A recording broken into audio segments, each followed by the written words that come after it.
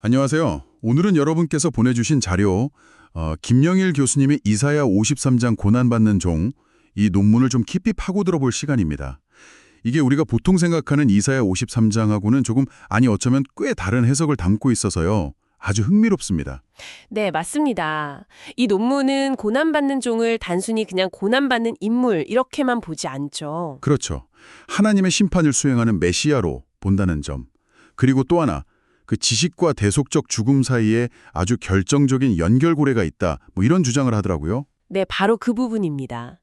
그래서 이번 시간에는 이 논문의 핵심 주장들을 좀 따라가 보면서요. 이사야 53장을 좀 새로운 눈으로 함께 살펴보려고 합니다. 준비되셨죠? 그럼요. 아주 흥미로운 시간이 될 겁니다. 이 논문이 우리가 좀 익숙하게 생각해왔던 이사야 53장에 대해서 어떤 면에서는 좀 도전을 던지거든요. 그러면서 본문의 더 깊은 의미를 생각하게 만들어요. 특히 그 고난받는 종의 역할, 그리고 그 고난이 그냥 당하는 게 아니라는 점. 뭐랄까, 능동적인 성격, 이걸 주목하는 게 참 인상 깊었습니다. 아, 능동적인 성격이요? 그냥 당하는 게 아니라 목적과 의지가 있는 행위로서의 고난이다. 네, 그런 관점인 거죠. 맞아요. 어쩌면 이 논의를 통해서 우리가 정말 수없이 읽고 들었던 이사야 53장이 좀 전혀 새롭게 다가올 수도 있겠다 이런 생각이 드네요. 자, 그럼 논문의 첫 번째 핵심 주장부터 한번 들어가 볼까요? 고난받는 종의 정체성 이야기입니다. 네, 논문은 이 종이 그냥 고통받는 인물이 아니다. 다윗 계열의 메시아다. 이렇게 딱 규정을 하더라고요. 근데 여기서 더 나아가서 그의 주된 역할이 하나님의 심판을 집행하는 것이라고 강조하는데요. 이 부분은 우리가 흔히 생각하는 고난받는 종 이미지랑은 좀 많이 다른 것 같아요. 그렇죠. 거기가 이제 이 논문의 어떻게 보면 출발점인데요. 논문에서는 이 종이 이사야서 전체 맥락, 특히 그 다윗 언약 있잖아요. 그거랑 아주 깊게 연결되어 있다고 봐요. 여러 학자들 노스나 린드블롬, 베스터만 같은 학자들 연구를 인용하면서 이 점을 계속 이야기하는데요. 예를 들면 이사야 11장에 나오는 이새의 줄기에서 한 싹이 난다거나 또 이사야 55장에 다윗에게 허락한 확실한 은혜 이런 구절들이요. 이런 걸 보면 이 종이 그냥 선지자나 이스라엘 백성 전체를 상징한다기보다는 약속된 다윗 왕가의 후손, 그러니까 메시아적인 인물이라는 거죠. 네, 다윗 계열의 메시아다. 이 정도는 그래도 들어본 해석인데 그 다음이 문제네요. 심판 집행자라는 역할. 보통 메시아 하면 구원자, 해방자 이렇게 생각하지 않나요? 그런데 심판이라니. 이건 좀 어떻게 연결이 되는 건가요? 바로 그 부분에서 이 논문이 좀 독창적인 거죠. 논문은 이사야 40장에서 55장까지 쭉 이어지는 큰 그림을 보는데요. 하나님과 언약 백성 이스라엘 사이의 관계 회복이라는 그 맥락 안에서 이 메시아의 역할을 해석해요. 당시 이스라엘의 가장 큰 문제가 뭐였겠어요? 결국 죄였잖아요. 그렇죠. 죄 문제. 네. 이 죄 문제 때문에 하나님의 공의로운 심판, 히브리어로 하면 미시파트라고 하는데 이걸 피할 수가 없게 된 거예요. 그래서 이 논문에 따르면 이 다윗 메시아의 핵심 임무 중 하나가 바로 이 하나님의 공의로운 심판의 요구를 해결하는 거라는 거죠. 해결한다. 그러니까 죄인들을 막 벌고 이런 방식이 아니라는 게 중요해요. 아, 심판을 집행하긴 하는데 방식이 다르다는 건가요? 그럼 어떤... 그렇습니다. 여기서 바로 대속 개념이 나오는 거예요. 논문은 이 메시아의 고난과 죽음이 그냥 불행한 사건이나 박해가 아니라 백성들이 받아야 할 그 하나님의 공의로운 심판을 대신 짊어지는 행위라고 해석합니다. 대신 짊어진다? 네.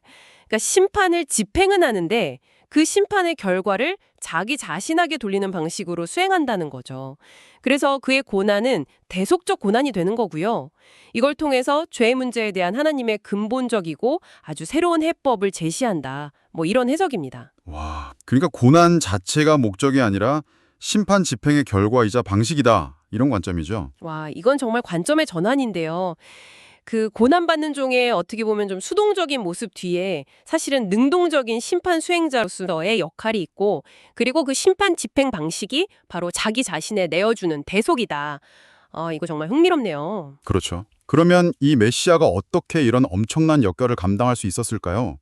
여기서 논문이 강조하는 그 지식이라는 개념이 이제 등장하는 것 같습니다. 네, 맞습니다. 이제 그 두 번째 핵심 포인트로 자연스럽게 넘어가게 되는데요. 네, 이사야 53장 11절에 보면 나의 의로운 종이 자기 지식으로 많은 사람을 의롭게 하며 이런 구절이 나오잖아요. 논문은 여기서 말하는 지식, 히브리어로 다하트라고 하죠. 이 다하트가 메시아 사역 전체를 이해하는 열쇠다 이렇게 주장을 해요. 대체 이 다하트가 뭐길래 이렇게 중요하게 다루는 걸까요? 이 논문에서 말하는 다하트, 즉 지식은요, 우리가 보통 생각하는 그냥 뭐 정보 습득, 아니면 지적인 동의, 이런 걸 훨씬 뛰어넘는 아주 깊은 의미를 가져요. 논문은 이 지식을 하나님의 뜻과 계획, 특히 죄에 대한 하나님의 공의로는 심판, 아까 말한 미슈파트 있잖아요. 네, 미슈파트. 그 심판의 필연성, 그리고 그 깊이를 온전히 꿰뚫어 아는 통찰력, 그리고 그걸 자기 삶으로 살아내고 실행에 옮기는 능력까지 포함하는 개념으로 해석을 합니다. 와, 능력까지요? 네, 그러니까 이건 그냥 머리로 아는 게 아니라 뭐랄까 존재론적인 깨달음, 그리고 실천적인 의지까지 동반하는 그런 지식이라는 거죠. 그리고 더 재미있는 건 이 논문이 이 지식, 다하트를 이사야 52장 13절에 나오는 보라 내 종이 형통하리니 이 구절하고 연결시킨다는 점이에요. 아, 형통할인이요? 네, 여기서 형통하다로 번역된 히브리어 동사가 야스킬인데요. 이 야스킬이라는 단어가 단순히 성공하다 이런 뜻만 있는 게 아니라 지혜롭게 행하다, 분별력을 갖다, 통찰력을 발휘하다 이런 의미가 아주 강하게 들어있어요. 아하. 즉 메시아의 사역이 성공적으로 완수될 수 있었던 근본적인 이유가 뭐냐? 바로 그가 하나님의 뜻과 계획을 꿰뚫는 깊은 지식과 통찰력을 가지고 있었기 때문이다. 이렇게 해석하는 거죠. 그렇군요. 지식이 단순 정보가 아니라 하나님의 뜻에 대한 깊은 통찰과 그걸 실행하는 능력까지 포함한다. 알겠습니다. 그러면 이 지식이 구체적으로 메시아의 사역, 특히 많은 사람을 의롭게 하는 그 결과하고는 어떻게 직접 연결이 되는 건가요? 그러니까 아는 것과 의롭게 되는 것과 그 사이에 어떤 관계가 있다는 거죠? 네, 아주 예리한 질문이십니다. 이 논문에 따르면요, 이 지식은 메시아로 하여금 두 가지를 아주 명확하게 깨닫게 해요. 첫째는 죄에 대한 하나님의 공의로운 심판이 얼마나 엄중하고 피할 수 없는 것인가 하는 점. 그리고 둘째는 그 심판의 요구를 만족시키고 백성들을 죄로부터 구원할 유일한 길이 무엇인가 하는 점이에요. 유일한 길이요? 네. 그리고 그 유일한 길이 바로 자기 자신이 백성들을 대신해서 그 심판을 받는 것, 즉 대속적 죽음이라는 것을 그 지식을 통해 깨닫고 받아들인다는 겁니다. 아, 그러니까 하나님의 뜻 그리고 그 심판의 본질을 아는 그 지식 때문에 내가 대신 죽어야만 하는구나. 이 필연성을 깨닫고 그 길을 선택하게 된다. 이런 말씀이시군요. 바로 그겁니다. 정확해요. 이 지식은 메시아에게 왜 내가 고난받고 죽어야 하는지에 대한 명확한 이유와 목적을 제공하는 거죠. 그래서 이건 뭐 운명에 대한 체념이나 수동적인 수능 이런 게 아니라 하나님의 구원 계획에 대한 가장 깊은 이해와 동의에 기반한 능동적인 결단이다. 이렇게 보는 거예요. 능동적인 결단. 네. 그리고 이 결단이 구체적인 행동으로 나타나는 게 바로 이사야 53전 10절에서 언급되는 속건제물, 히브리어로 아샴으로 자신을 드리는 모습이라는 거죠. 아샴, 속건제물이요. 그거 구약 시대에 보면 다른 사람한테 손해를 끼쳤거나 아니면 뭐 하나님의 성물을 침해했을 때 드리는 제사 아닌가요? 이게 어떻게 대속적 죽음이랑 연결되죠? 네, 맞습니다. 아샴은 기본적으로 배상과 속죄의 의미를 가져요. 논문은 메시아가 스스로를 아샴으로 드린다는 것은 첫째로 인류의 죄가 하나님 앞에서 얼마나 심각한 빚과 침해를 만들었는지를 보여주고 동시에 그 빚을 청산하고 깨어진 관계를 회복하기 위한 유일한 배상물이 바로 메시아 자신임을 의미한다고 해석합니다. 죄의 빚을 갚는 배상물로서의 자신. 그렇죠. 즉 메시아는 자신의 그 지식, 다하트를 통해서 이 모든 상황을 다 꿰뚫어보고 하나님의 공의를 만족시키기 위해서 그리고 우리를 그 죄의 빚으로부터 해방시키기 위해서 스스로를 완전한 속건제물, 아시암으로 내어놓는다 이겁니다. 이것이 바로 그의 대속적 죽음의 핵심이라는 거죠. 이야, 정말 놀랍네요. 메시아의 지식이라는 게 단순히 아는 걸 넘어서서 대속적 죽음이라는 그 구체적인 행위로 이어지는 필연적인 동력이자 근거가 된다. 이런 해석. 이전에는 그냥 막연히 하나님의 뜻에 순종해서 고난받으셨다 이렇게만 생각했는데 그 순종의 이면에 이렇게 깊은 지식과 통찰 그리고 능동적인 결단이 있었다는 관점은 이사야 53장을 훨씬 더 입체적으로 보게 만드는 것 같습니다. 그렇습니다. 이 해석은 고난받는 종의 그 내면 세계, 그리고 그의 사역의 동기를 아주 깊이 있게 조명해 주는 거죠. 그의 고난과 죽음이 결코 무의미하거나 우연한 사건이 아니라 하나님의 구원 계획에 대한 가장 깊은 이해, 즉 지식에 기반한 가장 확실하고 효과적인 구원의 행위였다는 걸 보여주는 겁니다. 네네. 그리고 바로 이 행위를 통해서 비로소 많은 사람을 의롭게 하는 결과가 가능해졌다. 이것이 이 논문의 핵심 주장인 거죠. 자, 그럼 지금까지 논의한 내용을 바탕으로 해서요. 이 논문의 결론, 그리고 이게 갖는 신학적인 의미를 좀 정리해 볼 필요가 있겠습니다. 이 논문은 이사야 53장의 고난받는 종을 최종적으로 어떻게 그리고 있고 이게 우리에게 어떤 중요한 메시지를 준다고 할 수 있을까요? 네, 이 논문의 결론을 좀 요약하자면 이렇습니다. 이사야 53장의 고난받는 종은 그냥 고난의 상징, 이게 아니다. 첫째, 그는 다윗 왕가에 약속된 메시아다. 둘째, 그의 핵심 역할 중 하나는 하나님의 공의로운 심판을 수행하는 것이다. 셋째, 그는 하나님으로부터 받은 특별한 지식, 즉 다하트를 가지고 있다. 이게 뭐냐? 하나님의 뜻과 계획, 특히 심판의 필연성에 대한 깊은 통찰력이다. 넷째, 이 지식에 근거해서 스스로를 속건제물, 아샴으로 내어주는 대속적 죽음을 선택한다.